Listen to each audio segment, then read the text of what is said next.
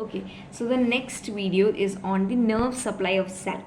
Okay, so the nerve supply of scalp is of two, sensory supply. I'm going to talk about sensory supply also and motor supply also. So the motor supply, which I've already talked about, occipitofrontalis, it is the same. There is only one muscle there, occipitofrontalis. So in front of the ear it is posterior auricular, and in back of the ear, behind the ear, it is temporal branch of facial nerve. Posterior auricular branch of facial nerve, temporal branch of facial nerve. Now sensory supply in front is by supratrochlear, supratrochlear, supraorbital, zygomaticotemporal, auriculotemporal, auriculotemporal. Okay, supraorbital, supratrochlear, or auriculotemporal, zygomaticotemporal, auriculotemporal.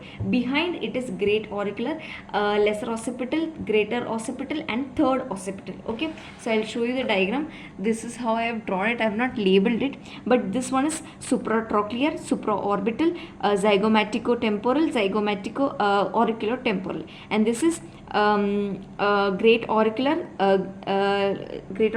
then comes lesser occipital, greater occipital, and then third occipital. So that is how the nerve supply is there. Now coming to the arterial supply and venous supply, they have the same names: supratrochlear, supraorbital, then posterior auricular, occipital, and superficial temporal. Okay, so posterior auricular, so supratrochlear, artery and vein, supraorbital, artery and vein, superficial temporal, artery and vein, occipital, artery and vein, and posterior auricular, artery and vein. So these are the arterial supply and venous drainage. Now venous drainage, there are some other veins also, emissary veins like parietal emissary vein and mastoid emissary vein is there, and diploic veins are there. Lymphatic drainage, the anterior part drains into pre-auricular lymph. So the part in front of the ear is called pre-auricular, behind the ear is called post-auricular. So pre-auricular lymph nodes, the anterior parts, post-auricular lymph nodes, posterior part. Okay,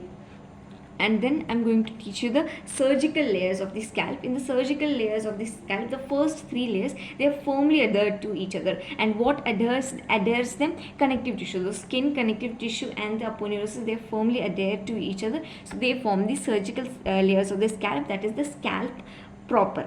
And the loose areolar tissue forms the natural plane of cleavage during injury. Second clinical correlation is black eye. So the blood and the fluid, they accumulate below the eyes. Okay, they enter into the eyelids because the occipitofrontalis muscle, as I have told, the frontal belly, it arises from superciliary line, so it doesn't have any muscular like bony attachment. Okay, so because it has no bony attachment, the fluid can easily pass through it and reach the eyelids. So the fluid easily reaches the eyelid, blood and the fluid. So black color discoloration occurs around the eye, that is called black eye. Okay, and in this I will also talk about buccinator. You need to know there are multiple origin like median fibrous, some raphe and all, they are buccinator origin.